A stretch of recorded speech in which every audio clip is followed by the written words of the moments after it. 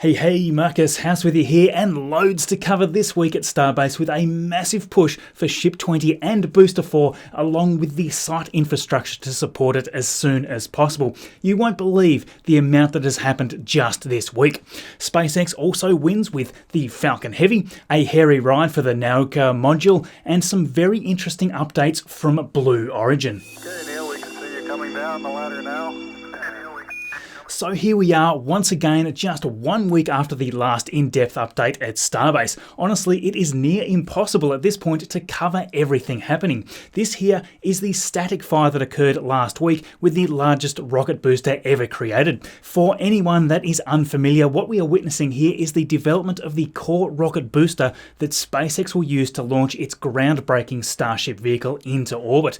Both this and the ship are designed to be fully reusable. After last week's successful static fire of Booster 3, all of the 3 Raptor engines were removed and taken away, presumably for them to be thoroughly checked out. In fact, Artzius, who tracks these engines very carefully, noticed that those same Raptors have already since been returned to Starbase. Speaking of Raptors, a huge milestone this week at SpaceX's Hawthorne facility in California, where the team has completed the 100th build of the Raptor engine. That is a huge milestone to be proud of.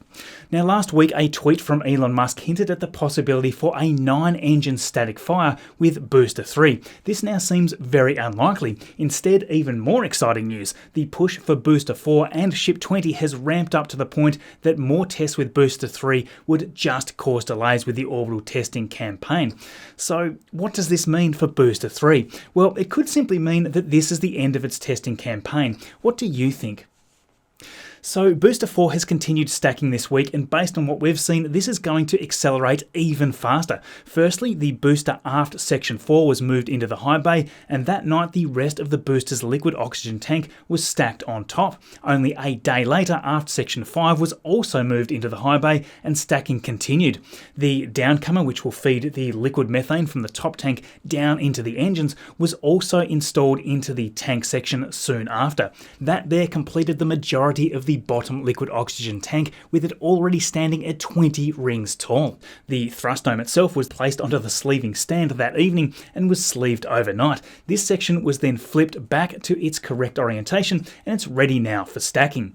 Now, just check out this tweet posted by Elon Musk on Thursday. This is the internals of the thrust section, and those 20 long and 9 short pipes will feed the liquid methane from the downcomer to each of the engines. He added that these are only the primary fuel lines, and that the maze of secondary plumbing and wiring is going to be the greatest concern. Since then, of course, the rest of the liquid oxygen tank was stacked on top of this, so now we move on to the methane tank. The forward dome was spotted on the sleeving stand, which was then sleeved soon after.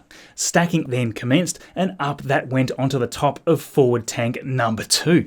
Stacking continued, and that section was stacked on top of forward section 3, and then again on section 4, completing the methane tank at 13 rings tall. Within hours of that, the first grid fin was being installed as shown here by Cosmic Perspective, literally hours ago. That there was shown in comparison to that used on the Falcon 9. By the time this video is live, who knows, the entire booster could be stacked. How crazy is all of that? Work on the ground support equipment tanks has certainly sped up even further this week as well. The final section of GSE-6, the after dome, was lifted into the high bay and placed inside. The rest of that tank was then mounted on top, and once it was finished being welded together, that was then rolled straight out of the high bay and moved over next to GSE-3. As you can see, we are not exaggerating by the acceleration of the activity with the ground support equipment. On top of that, we also had GSE-7 construction begin in the mid bay, with a 4-ring section being lifted inside, and its aft dome was sleeved as well. Over at the launch site, GSE-1 and 2 have started receiving reinforcement bracings. On Wednesday, the road was closed to allow GSE-5 to roll down to the launch site, and it was then promptly attached to the crane's load spreader and lifted over next to GSE-1. This is actually the first GSE tank to be rolled to the pad since GSE-2 on April the 19th. This same road closure was also utilised to move the orbital launch table as well. I'll go into that more in just a moment. With the third GSE tank finally out of the mid-bay, new space was opened for Ship 20 stacking operations to continue as well. Now there is a load of activity to talk about with that first orbit-capable ship. Its thrust section was brought into the mid-bay where the methane tank and the middle liquid oxygen section was stacked on top. That now completes the tank section. We of course saw the two aft flaps being delivered last week, covered in thermal protection system or TPS tiles. After closer observation on that, and thanks to the amazing RGV aerial photography, those flaps are visibly around 20% narrower than those seen on the prototypes between SN8 and SN15s. Elon actually confirmed this, replying to a render by Alex Svan, saying that the previous flight tests now show that SpaceX could make body flaps narrower and lighter. That is great, of course, as any reduction in dry mass adds that amount more payload potential. To prepare for testing this ship and future orbit-capable ships, new thrust puck hydraulics were installed on Test Stand B, which will be used to simulate the forces of the vacuum Raptor engines as well as the sea level engines. So what is next for Ship 20? Well, we expect the tank section to be moved into the high bay where it will receive its nose cone. That, by the way, was recently spotted by the amazing Starship gazer. We can see it right here inside the tent receiving the insulation that will sit directly under those TPS tiles. That nose cone was then rolled out of the tent where teams then started attaching the tiles. Yesterday, up that went over the nose barrel section that was recently moved into the low bay. We expect to see the forward flaps mounted on this very soon. Now, speaking of noses, at the production area, this nose cone was spotted with a large section cut out for the testing of the cargo bay doors. The team at NASA Spaceflight posted a photo, thanks to the amazing Boca Chica gal, saying that Starship operational flights will initially be focused on cargo missions, and you can imagine just how many Starlink satellites they'd be able to push uphill inside this. Elon replied saying that this is more of a Pathfinder test and that there is still debate on the payload bay door dimensions. Eric X posted a rendering here of how this specific design could look. It's a bit shorter than previous official renderings, however it's still huge in respect to other vehicles, around 1,000 cubic meters of capacity. This design looks to be more feasible and realistic, similar to that of the Space Shuttle. A system that opens up with dual doors like this allows a simple gentle push upwards at deployment to have the payload exit nice and cleanly. So the fact that SpaceX is already physically testing the design of the payload doors is a big step in the development of this ship. So Starbase is expanding its production capability yet again, with Elon announcing on Twitter that construction starts soon on a much larger high bay just north of the current high bay. When I asked how high it could be, he replied to me here with a few more hints, telling us that the new high bay will be only a little taller, but with a much bigger base and two gantry cranes that will run the full span. Oh, here put together a quick render of this so that we can all see what this may look like. What a monster! Now, heading all the way over to the launch site, we have significant updates with the orbital launch tower as well. The initial assembly of Section 9 was completed and was later lifted up and stacked on Wednesday this week. What's incredible about this section is that it was assembled in less than 3 days, but also that it includes critical hardware for the catching and stacking arm. That hardware is the pulleys and reeving blocks. These two devices are necessary to put tension into the cabling from the drawworks hoist, but also to multiply the forces. One line through two pulleys, of course, means double the force, and this is scalable simply by adding more pulleys, then multiplying the number of times it was put through a pulley or block. This is how what often seems to be thin cabling can pull such heavy loads. So alongside Section 9's assembly, we're beginning to see the possible fueling arm come to fruition. This is a little speculative at this point, but we do have some great insights here. The current structure, which is a collection of yellow tubing, appears to have its welding and assembly largely completed now. A recent part arrived which matches the yellow tubing, which we think is a hinge or pivot point of some sort. That has been attached to the wider end of the structure to then eventually interface with the tower itself. These black components here are believed to be those that are needed for the catching arms too. Some great speculation here by Scuba that look pretty spot on to me. So we had another major hunk of steel finally arrive on site too. Yep, the orbital launch table. This giant construction, of course, arrived in 10 large sections and was assembled over the past 6 months or so, starting assembly back in February. Now that all of that has been welded, cut, assembled, and then cut again, they have finally brought it over to the launch site for installation onto the launch mounts pillars. It's unclear exactly when it's going to be lifted onto these pillars, but it is nonetheless very exciting knowing that we are inching closer and closer to the orbital flight test in just weeks now. So as you can see, there is no shortage of action at Starbase, and we have a lot more yet to cover today. You'll also be pleased to know that on Friday, the US Government Accountability Office denied the protests filed by Blue Origin and Dynetics in regard to the HLS award for SpaceX. Let that be a lesson to anyone else trying to slow SpaceX down. It doesn't work, and Elon Musk here replying to me looks to be agreeable to that perspective as well. I've got a feeling this next coming week will be even crazier. We release these updates every Saturday thanks to your amazing support and feedback. You make this channel what it is just by watching, liking and subscribing. No way could we do this without you.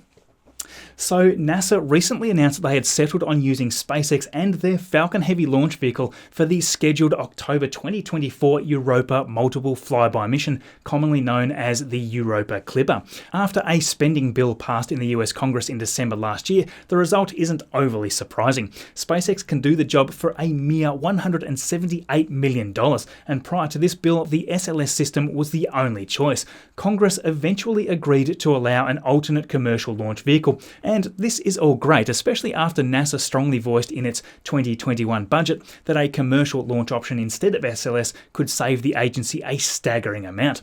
All sorts of figures have been proposed regarding savings, however this mission itself will change a little too, most notably the time that it will actually take to reach Europa. The space launch system would have had Clipper arrive at Jupiter in under 3 years using a more direct trajectory. Falcon Heavy, on the other hand, won't fly a direct route to Jupiter, instead using gravity assist slingshots past Earth and Mars, and that will see Clipper arrive around 5.5 years later. Seeing that the SLS may not be available before 2025 anyway due to the Artemis program, this probably only adds an 18-month arrival variance between both launch offerings. So why are we heading to Europa in the first place? Firstly, this mission will see the spacecraft enter an orbit around Jupiter. This orbit will help mitigate sensitive equipment being fried by the massive amount of radiation emitted by Jupiter that bathes Europa. The Clipper will shoot past gathering data and then head rapidly out of harm's way. It will then pass through Europa's gravity field some 45 times when the Moon is at various distances from Jupiter. So it is thought that Europa has what is described by scientists as a skin or icy shell, and what is thought to be salty liquid water below that. This could be the right mix of ingredients to support life. The water, chemistry and energy are all present here. Now, I'm not talking about a space squid or anything like that, but rather just the necessary functioning biochemistry that would support basic life. The answer to whether life exists on Europa would be a quantum leap in our understanding of our place in the universe. Updates now on the Russian space station components. The Pirs docking compartment seen here arrived at the International Space Station way back on September 16th of 2001. Originally, it was only intended for a 5-year mission, and this essential compartment served a vital role as a docking port and airlock for Russian spacewalks. It was also the 6th pressurized module to expand the space outpost. Now we fast forward 19 years and 313 days, and it was time to retire this portion of the Zvezda service module. Assisted by the Progress cargo spacecraft engines, both sections slowly drifted away from its home of almost 2 whole decades. Shortly after undocking, the Progress spacecraft commenced a retrograde burn lasting just over 17.5 minutes. This braking burn was aimed at slowing these 2 sections by some 425 meters per second. This allowed both vehicles to re-enter the Earth's atmosphere, where they were mostly destroyed by the blistering temperatures of re-entry, with any remaining pieces splashing harmlessly in the Pacific Ocean. Of course, this whole exercise was done to make way for the long overdue upgrade to the International Space Station. The Nauka Multi-Purpose Laboratory Module, or MLM, was launched on July the 21st, and it made its way to the station after a series of worrisome hiccups. The module was docked to the ISS on Thursday, and yet more issues with the MLM somehow unintentionally firing its thrusters, causing the entire station to tilt 45 degrees before the Zvezda module could kick in, firing its own thrusters to compensate and bring the station back into alignment. That could have been much worse. Let's just hope that this is the end of the issues with that new module. So Rocket Lab is also back in action as well, with their latest launch named It's a Little Chilly Up Here on Thursday morning after having the Electron grounded after the loss of their rocket back on May 15th. There were no issues with the launch this day though, with the two-stage Electron roaring off the pad from New Zealand, this time carrying a demonstration satellite called Monolith for the US Space Force. This satellite will explore and demonstrate the use of a deployable sensor. After deployment, they want to then test the main spacecraft's dynamic ability to maintain attitude control. More information here is on the Rocket Lab website if you want to read up a little more on that. Nice to see Rocket Lab back in action.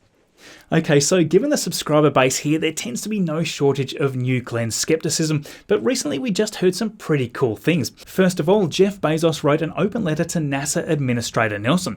There he made it perfectly clear that they, the national team led by Blue, still want to be part of the HLS competition. He even mentions things such as the intention to create long-term landing solutions by utilising hydrogen as fuel. That can be produced, of course, on the moon with the apparent large water resources on the lunar South Pole.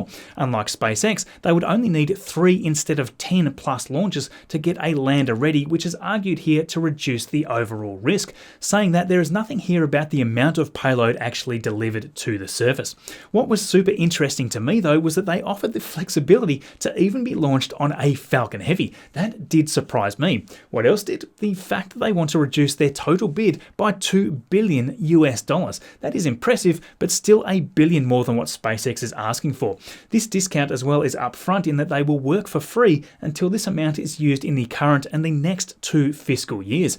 That means that any further request by NASA to Congress for more HLS funding is most likely not required for now. On top of that, they also offer development and testing beyond the current proposal and will accept a fixed price contract, something that other businesses could certainly be starting to adopt. Now, saying all of this, I'm a tad skeptical about Blue Origin's ability to actually deliver a working HLS in time. After all, their current state of development is, well, kind of suborbital. I just don't think we've seen evidence of New Glenn progress that would really support this. We've only really seen at this point what seems to be pathfinders in their large, rather empty construction floors. I suspect SpaceX's success so far with the Starship program seems to have inspired Jeff to follow a second stage reusability model as well. According to Eric Berger from Ars Technica, a new design believed to be named Project Jarvis has been an interesting talking point. This project will focus on developing a reusable upper stage for New Glenn, and it's supposed to be operational in the middle of the 2020s and also use stainless steel for its tanks, learning from the current kings of innovation right there, and even inspiration from Relativity Space perhaps with their Terran R planned for 2024. So, wow, that is another amazing week of space updates. Thank you most of all to you right there. You could be a regular viewer of our content or a patron or YouTube member supporting what we do, or you could be picking up some gear from our merch store, including this shirt that you see here. That design is also available in a wide range of products and clothing styles. No matter how you support, know that it contributes significantly to what we do, and it allows us to increase the time that we can collectively spend in research, editing, and quality control. If you like what we're doing and you'd like to help assist us with what we do directly, you can join as a YouTube member via the join button below, or you can also become a patron at patreon.com/MarcusHouse. Either of those 2 options gives you access to chat with us more directly via the linked roles on our Discord server. You can also have your names listed right here like these other amazing people, and you also get earlier and ad-free access to these videos to watch before anyone else does.